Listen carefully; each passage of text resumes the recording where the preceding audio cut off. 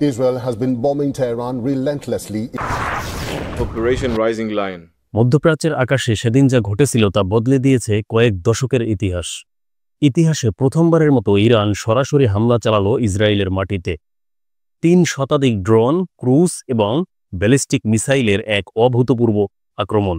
যে যুদ্ধ এতদিন চলছিল পর্দার আড়ালে, গোয়েন্দা সংস্থা অ্যাসোসিনেশন এবং প্রক্সি ওয়ার বা শ্যাডো ওয়ারের মাধ্যমে, সে যুদ্ধ হঠাৎ করেই কেন প্রকাশ্যে চলে এলো? কেন এই দুই চিরশত্রু দেশ সরাসরি যুদ্ধের মুখোমুখি? আজকের ভিডিওতে আমরা প্রবেশ করতে চলছি ইরান ইসরায়েল সংঘাতের গভীরে। আন্তর্জাতিক media BBC, Reuters, Al Jazeera এবং নিউ ইয়র্ক টাইমস এর প্রতিবেদনগুলো বিশ্লেষণ করে আমরা দেখব কিভাবে পরিস্থিতি এতটা ভয়াবহ হলো এবং এর ফিউচার আসলে কি। এই আগুনের সূত্রপাত হয়েছিল 1 এপ্রিল 2024। সিরিয়ার রাজধানী দামেস্কে অবস্থিত ইরানের কনসুলেটে এক ভয়াবহ বিমান হামলা হয়।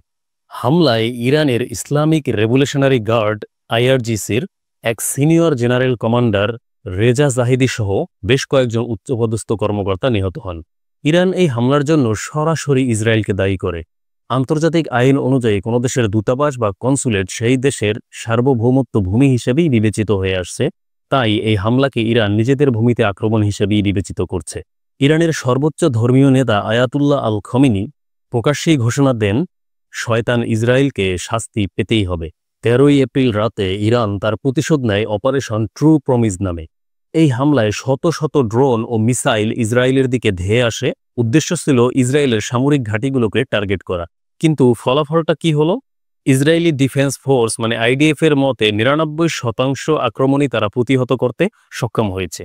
তাদের অত্যাধুনিক এয়ার ডিফেন্স সিস্টেম আয়রন ডোম, ডেভিড স্লিং এবং অ্যারো 3 যুক্তরাষ্ট্র, যুক্তরাজ্য এবং জর্ডানের সহায়তায় প্রায় সব আক্রমণই তারা রুখে দেয়।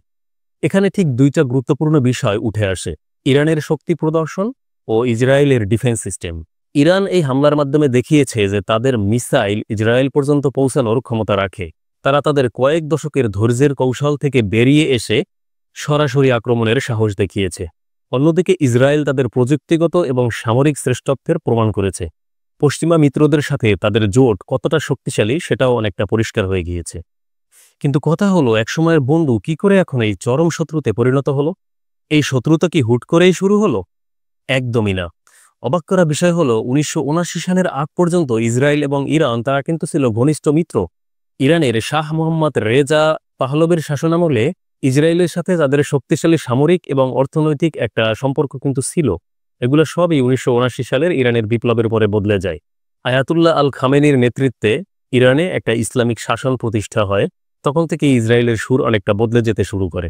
নতুন ইরান ইসরায়েলকে লিটল স্যাটান এবং আমেরিকাকে গ্রেট স্যাটান বলে আখ্যায়িত করে। এবং সবচেয়ে মজার ব্যাপার হলো, তারা ইসরায়েলের অস্তিত্বকেই অস্বীকার করে। এরপর থেকেই শুরু হয় সেই বিখ্যাত শ্যাডো ওয়ার বা ছায়াযুদ্ধ। এই ছায়াযুদ্ধের কয়েকটা অংশ হলো proxy war, Iran's nuclear program এবং সিরিয়ার সংঘাত। চলুন জানি একটু কিভাবে আসলে এগুলো শুরু হলো। ইরান সরাসরি যুদ্ধ না করে লেবাননের হিজবুল্লাহ, ফিলিস্তিনের হামাস এবং ইয়েমেনের হুথি যোদ্ধাদের মাধ্যমে প্রক্সি ওয়ার বা শ্যাডো ওয়ার চালিয়ে আসছে। এই গোষ্ঠীগুলোকে অস্ত্র ও অর্থ দিয়ে ইসরায়েলের বিরুদ্ধে ব্যবহার করে আসছিল। ইসরায়েল মনে করে ইরান পারমাণবিক বোমা তৈরি করতে চেষ্টা করছে, যেটা তাদের জন্য একটা বড় হুমকি।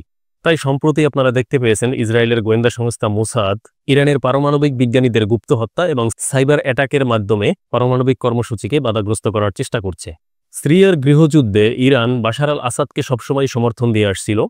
সিরিয়ার মাটিতে ইরানের সামরিক ঘাঁটি এবং অস্ত্র চালানের উপরে ইসরায়েল নিয়মিতভাবে হামলা করে আসছিল, যাতে হিজবুল্লাহর কাছে অস্ত্র পৌঁছাতে না পারে। সাম্প্রতিক যে হামলাটা ইসরায়েল ইরানে করেছিল, এটার পরে পুরো বিশ্ব ভেবেছিল যে এখনই বোধহয় একটা নিউক্লিয়ার ওয়ারের শুরু হতে যাচ্ছে। কিন্তু ইসরায়েলের পাল্টা হামলা ছিল অনেক সীমিত। আন্তর্জাতিক সংস্থাগুলো জানায়, ইরানের ইস্পাহান শহরের কাছে একটি সামরিক ঘাঁটিতে ইসরায়েল ছোট আকারের ড্রোন হামলা চালায়। কেন আসলে ইসরায়েল এই সংযমটা দেখালো? এর প্রধান কারণ হলো যুক্তরাষ্ট্রের চাপ। প্রেসিডেন্ট চাননি মধ্যপ্রাচ্যে আরেকটি বড় যুদ্ধ হোক, যা বিশ্ব অর্থনীতিতে বিশেষ করে তেলের বাজারে একটা ভয়াবহ প্রভাব ফেলবে। এই ঘটনার পরে অনেকগুলো বিষয় আসলে পরিষ্কার হয়ে গেছে। নিয়ম আসলে বদলে গিয়েছে। ইরান ও ইসরায়েল পরস্পর একে অপরের মাটিতে হামলা চালিয়ে সমস্ত নিয়ম ভেঙে দিয়েছে। আনরিটেন রুলস যেগুলো ছিল সেগুলোর কিছুই এখন আর নেই। ইরান তার সামরিক সক্ষমতা প্রদর্শন করছে এবং ইসরায়েল তার প্রতিরক্ষা ব্যবস্থা এবং পশ্চিমা জোটগুলোর সাথে তার সম্পর্ক কতটা শক্তিশালী সেগুলো সে প্রকাশ্যে আনছে। এই সংঘাত কিন্তু শুধুমাত্র মধ্যপ্রাচ্যে সীমাবদ্ধ নেই, রাশিয়া এবং চীন ইরানের পাশেই রয়েছে, আর আমেরিকা ইউরোপ তারা আছে ইসরায়েলের সমর্থনে, যেটা বিশ্ব রাজনীতিতে নতুন করে একটা বড় উত্তেজনার সৃষ্টি হয়েছে। ইরান ইসরায়েল সংঘাত নতুন এবং অনেক বিপজ্জনক পরিস্থিতির মোড় নিচ্ছে, যেহেতু দুটোই নিউক্লিয়ার শক্তিধর দেশ। যদিও আপাতত নিউক্লিয়ার ওয়ার এড়ানো সম্ভব হয়েছে, কিন্তু ভবিষ্যতের কথা আসলে উড়িয়ে দেওয়া যাচ্ছে না যে ইন ফিউচার কি হতে যাচ্ছে বা কি হবে। ছোট একটি ভুল বোঝাবুঝি বা হামলা পুরো মধ্যপ্রাচ্যকেই আসলে যুদ্ধের দিকে ঠেলে দিতে পারে। এখন প্রশ্ন হলো, এই ভঙ্গুর শান্তি কি টিকবে, নাকি পর্দার আড়ালের এই ভয়ঙ্কর খেলা আবারও প্রকাশ্যে এসে বড় আকারের যুদ্ধে ধারণ করবে? আপনার কি মনে হয় এই দুটো দেশ পুরোপুরি যুদ্ধের মধ্যেই থাকবে, নাকি আবার ফিরে যাবে তাদের সেই শ্যাডো ওয়ারে? আপনার মূল্যবান মতামত আমাদের কমেন্ট বক্সে জানাতে পারেন। ভিডিওটি ভালো লাগলে লাইক, কমেন্ট এবং শেয়ার করে দিতে পারেন আপনার বন্ধুদের সাথে, আর যুক্ত থাকতে পারেন সাবস্ক্রাইবের মাধ্যমে আমাদের সাথে। ধন্যবাদ, ভালো থাকবেন। দেখা হচ্ছে পরবর্তী নতুন কোনো একটা ভিডিওতে। আসসালামু আলাইকুম।